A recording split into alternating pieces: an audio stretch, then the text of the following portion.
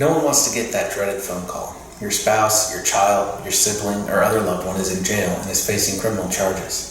Receiving such bad news can cause your heart and thoughts to race, and many people are faced with the need to make a decision right away without having the appropriate knowledge on how to handle situations like this.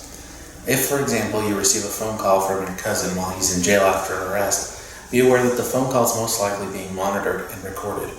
Anyone accused of a crime has the constitutional right against self-incrimination, so be sure not to say or ask anything that might be incriminating, or it may end up being used against him in court.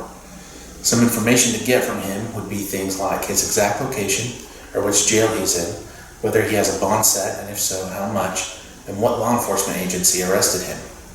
You'll also want to know whether or not he's been interviewed by the police and answered any questions.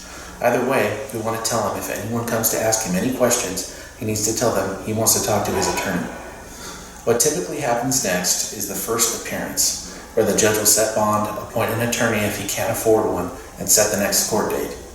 Make sure you write down this date, and if your cousin is released from custody, do not miss that date under any circumstances. Otherwise, a warrant will likely be issued for his arrest for his failure to appear in court.